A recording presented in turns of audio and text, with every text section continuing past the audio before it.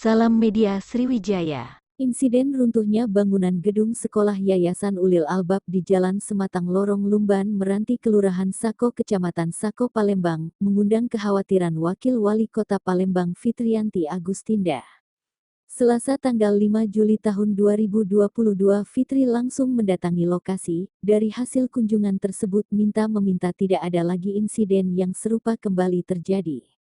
Dinas Pendidikan Kota Palembang, dinas terkait dengan melibatkan tim khusus dari Universitas Sriwijaya untuk melakukan uji kelayakan bangunan yang ada, tegasnya.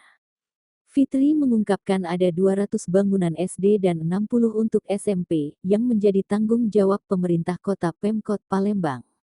Karena struktur bangunan mulai dari tingkat sekolah dasar SD dan sekolah menengah pertama sekarang SMP, sudah ada 2-3 lantai, katanya.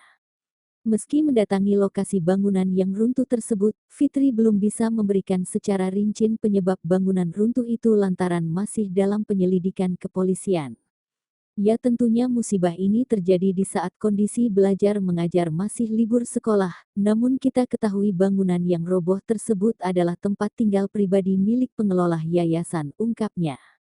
Saya menginstruksikan kepada dinas terkait agar secepatnya segera melakukan uji kelayakan bangunan baik itu dari sekolah negeri, swasta dan sekolah di bawah Kemenak mengingat sebentar lagi proses belajar mengajar akan segera dimulai.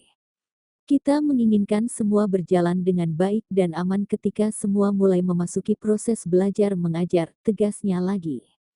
Sementara itu Kuntadi, pembina Yayasan Ulil Albab menambahkan jika selaku pembina, dirinya sudah melakukan pelaporan dan koordinasi dengan pihak kepolisian setempat dan sekarang masih dalam proses penyidikan. Kejadian ini menjadi sebuah pembelajaran kami untuk selalu berkoordinasi dengan pihak pemerintah untuk bisa melakukan uji kelayakan sehingga kami bisa yakin sudah sesuai dengan prosedur bangunan, tegasnya.